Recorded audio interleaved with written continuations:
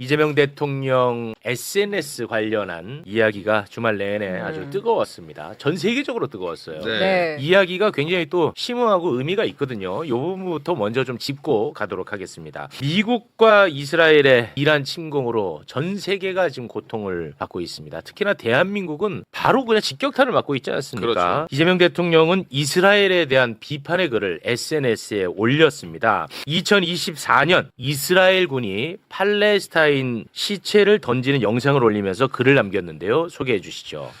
자, 그 공유를 같이 하면서 이게 사실인지 사실이라면 어떤 조치가 있었는지 알아봐야겠습니다. 우리가 문제 삼는 위안부 강제, 유태인 학살이나 전시 사례와 다를 바가 없다라고 네. 글을 올렸습니다. 그 끔찍하지만 이해를 돕는 차원에서 그 공유한 영상을 함께 보고 오겠습니다.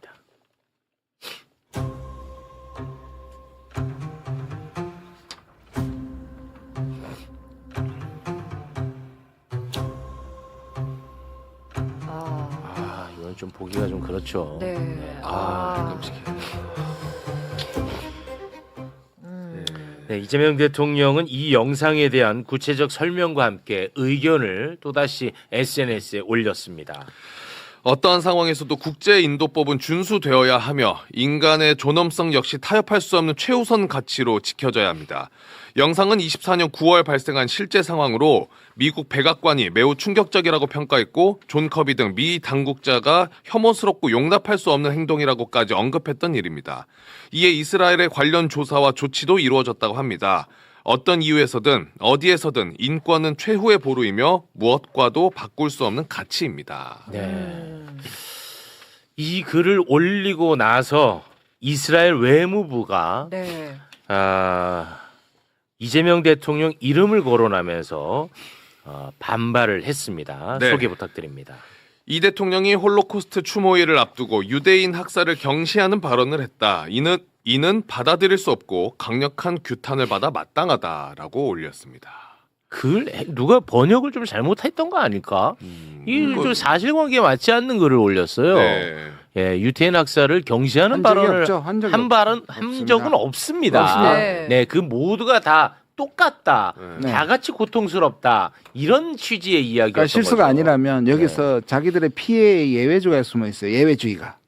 그러니까 자기 피해는 예외주의. 다른 사람 우리가 다른 피해보다 훨씬 더 고귀하고 훨씬 더 다른 국가에 인정을 받아야 된다는 피해의 예외주의가 있다니까요. 만약 이게 잘못 쓴 게 아니라면 자기들의 피해가 다른 나라의 피해보다 훨씬 더 안타깝고 귀하다고 얘기하는 겁니다. 그게 선택받은 국민 선민의식 아닙니까? 그러니까 이게 문제가 있는 거죠. 문제가 있는 거죠. 쉽게 말하면 어디 감히 예. 홀로코스트하고 저런 걸 비교하냐 이거예요.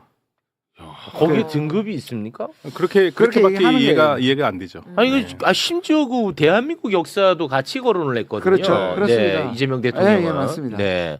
그리고 우리가 뭐 누구를 침공한 적이 있습니까? 누구를 학살한 적이 있습니까? 우리나라는 그런 말할 자격이 있잖아요. 그럼요. 너무나 보편타당한 이야기를 했는데 저렇게 반발을 했고 이스라엘이 반발하자 이재명 대통령이 SNS에 글을 하나 더 올렸습니다. 끊임없는 반인권적, 반국제법적 행동으로 고통받고 힘들어하는 전 세계인들의 지적을 한 번쯤은 되돌아볼 만도 한데 실망입니다. 내가 아프면 타인도 그만큼 아픕니다. 나의 필요 때문에 누군가 고통받으면 미안한 것이 인지상정입니다. 아닌 밤중에 홍두깨라고 아무 잘못 없는 우리 국민들께서 뜬금없이 겪고 있는 이 엄청난 고통과 국가적 어려움을 지켜보는 마음이 매우 불편합니다. 보편적 인권과 대한민국의 국익을 위해 할 수 있는 일을 더 열심히 찾아봐야겠습니다. 네. 제가 뭐 좀 오바인지 모르겠습니다만 지금 이스라엘 때문에 우리가 엄청나게 고통받고 있잖아요. 그렇죠. 네. 저는 근데 이 글 보면서 대한민국에 뭔가 좀 힘을 느꼈습니다. 네. 좀 오바할 수 있나요? 아니 오바 아닙니다. 저는 비로소 네. 만시지탄이라고 생각해요. 우리나라 어떤 지도자가 당연히 해야 할 말들 이렇게 네. 당연히 한 것 자체가 처음 있는 일이라서 자랑스럽기도 하고요. 대단한 네. 겁니다. 용기 있는 행동이고 제가 그날 바로 저도 페북에다가 그대로 올렸거든요. 이거는 아까 말씀하신 이스라엘이 그렇게 할 자격이 없고 사과해야 되는 것이고 그렇습니다. 대통령은 의로운 행동을 한 것이고 네. 당연히 한 일을 한 겁니다. 그렇습니다. 아니 직접 우리가 피해를 입고 있잖아요. 맞습니다. 그렇죠. 오히려 예전에 박정희 대통령도 명확하게 했어요. 오히려 박정희 대통령이요. 그렇죠. 어, 1973년에. 예. 아주 명확하게 두 국가 해법 지지했고요. 팔레스타인 지지하고 나왔었습니다. 상상이 안 가잖아요. 지금 네. 그럴 거라고. 근데 그랬습니다, 우리나라가. 네. 그런데 국민의힘은 이스라엘 사람들이 아니잖아. 와, 근데 네. 그런가 봐요. 난 이스라엘 아니, 사람인지 아는 줄 알았는데 그런가 봐요. 아니 난 정말 이해가 안 가요. 이스라엘을 옹호하면서 심지어 대한민국 대통령 보고 이스라엘에게 빨리 사과하라고 지금 오. 거들고 나섰습니다. 난 정말 충격받았어요. 너무 많아서 몇 네. 개만 추려봤습니다. 네, 일단 박성훈 대변인은 감성파리로 본인의 외교적 과오를 덮으려고 했다. 대통령의 무분별한 SNS 정치가 국정 리스크로 이어질 수 있다라는 말을 했고, 장동혁 대표는 SNS에 자칭 외교 천재가 아니라 국민들이 보기엔 뭐 외교 악재다.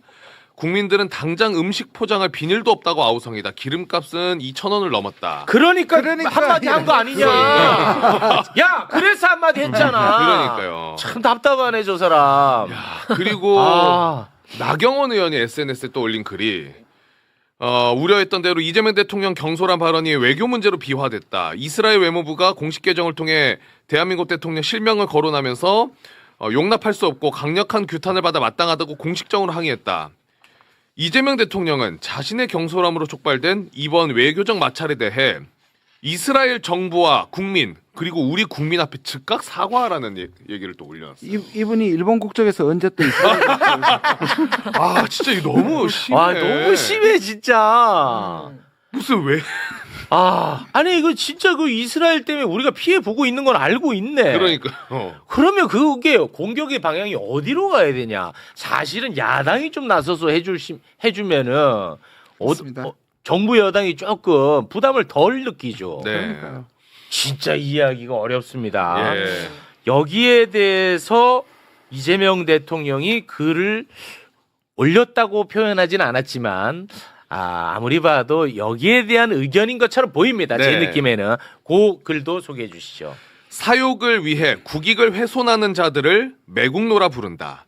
매국 행위를 하면서도 사욕을 위해 국익을 해치는 것이 나쁜 짓임을 모르는 이들도 많다. 아니 알면서 감행하는 것인지도 모르겠다. 심지어 국익을 포함한 공익 추구가 사명인 정치와 언론 영역에서도 매국 행위는 버젓이 벌어진다. 결국 이 역시 우리가 힘을 모아 가르치고 극복해야 할 국가적 과제, 비정상의 정상화 과제이다. 각국의 주권과 보편적 인권은 존중되어야 하고 침략적 전쟁은 부인된다. 그게 우리 헌법 정신이자 국제적 상식이다. 역지사지는 개인만이 아니라 국가 관계에도 적용된다. 내 생명과 재산만큼 남의 생명, 재산도 귀하다. 존중해야 존중받는다. 네. 그리고 이제 국제적 상식이라는 표현을 쓰지 않았습니까? 네. 지금 실제로 어마어마하게 많은 나라에서 참다 못해서 이스라엘에 대한 비판의 목소리를 실제로 지금 내고 있어요. 네. 그거까지 소개해 주시죠. 튀르키예 외무부에서는요. 튀르키예 나왔습니다. 예, 튀르키예. 아, 저 상관없어요. 저 상관없어요. 남의 나라예요. 중동에 있는 하나의 나라예요. 죄송합니다. 굉장히 예민하시네요. 예. 오늘 예, 안 예민합니다. 건드리는 게 나을 것 같습니다. 네. 튀르키예. 자, 튀르키예 외무부 네타냐후 총리는 전쟁 범죄 및 반인도적 범죄 혐의로 국제형사재판소에서 체포영장이 발부된 인물이다. 자신이 저지른 범죄 때문에 현대판 히틀러로 불리는 거다. 자, 그리고 이탈리아 총리는요.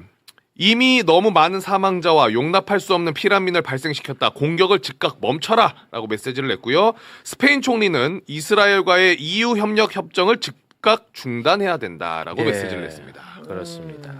제가요 작년 10월에 가자 학살에 대한 반대 결의안 제가 냈거든요. 지금 네. 계류 중이잖아요. 네. 그때도 한번 소개 말씀을 드렸는데 맞습니다. 결국 대통령께서 말씀하실 때까지 기다린 것도 안타깝고 네. 사실 야당 말씀하신 야당 그리고 민주당도 더 나서야 되는 일이고 저는 우리 외교부가 낸 것도 좀 너무 부족해요. 그러니까 외교부가 이스라엘 외교부에 대한 반박 성명을 낸 게 좀 약해요 훨씬. 저는 오히려 초치해야 되는 거예요 이거. 아니 어디 그쪽 외교부가 우리 대통령을 규탄했는데 이번에 초치를 안 합니까? 이름까지 거론했어. 그러니까요. 아니 이게 보통 뭐 일본하고 이쪽은 초치하면서 미국하고 뭐 이스라엘을 왜 초치를 못 하는 거예요. 당연히 초치해야 될 일입니다 이거. 약해요. 저는 사실 그 가자 문제, 하마스 문제 때 너무 심하죠. 예, 심하지만 저는 조금 약간 비겁한 사람이기 때문에 그때는 뭐 우리와 또 직접적인 연관성이 없어서 그냥 뭐 특별한 메시지를 안 냈으면 좋겠다. 속으로 내심 그렇게 생각하는 비겁자입니다. 근데 이번에는 우리랑 관련이 있잖아. 당연히 내는 얼마나 멋집니까? 적어도 반성할 줄 알잖아요. 제국은. 예, 튀르키예 정부가 네타냐후 이스라엘 총리를 현대판 히틀러라고 규정하며 맹비난하고 나섰습니다. 트럼프 미 대통령을 부추겨 전쟁을 시작한 것도 모자라 휴전 협상의 판을 깨고 전쟁을 지속하려는 속내를 밝힌 이스라엘에 대한 전 세계적 분노가 일파만파하는 모양새입니다.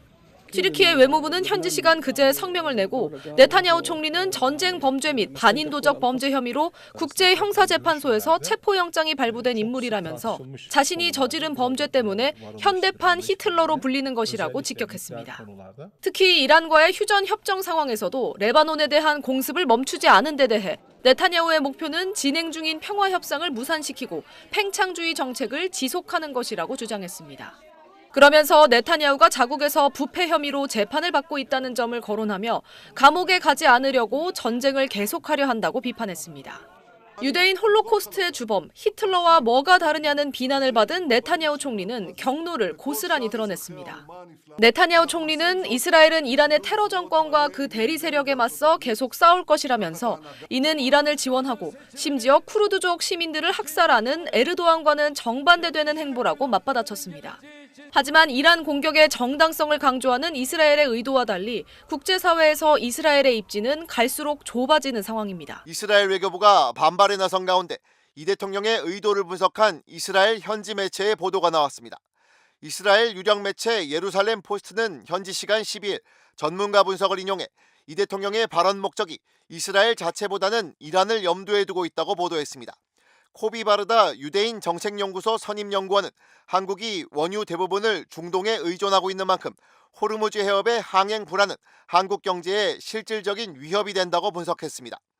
이란이 한국 유조선의 통행을 계속 가로막으면 한국 경제가 비상 상황에 직면할 수 있다는 겁니다. 특히 한국은 이란산 원유 수입 대금 60억 달러를 미국 제재로 인해 아직 돌려주지 못하고 있어 이란과의 관계를 더욱 민감하게 받아들일 수밖에 없다고 짚었습니다.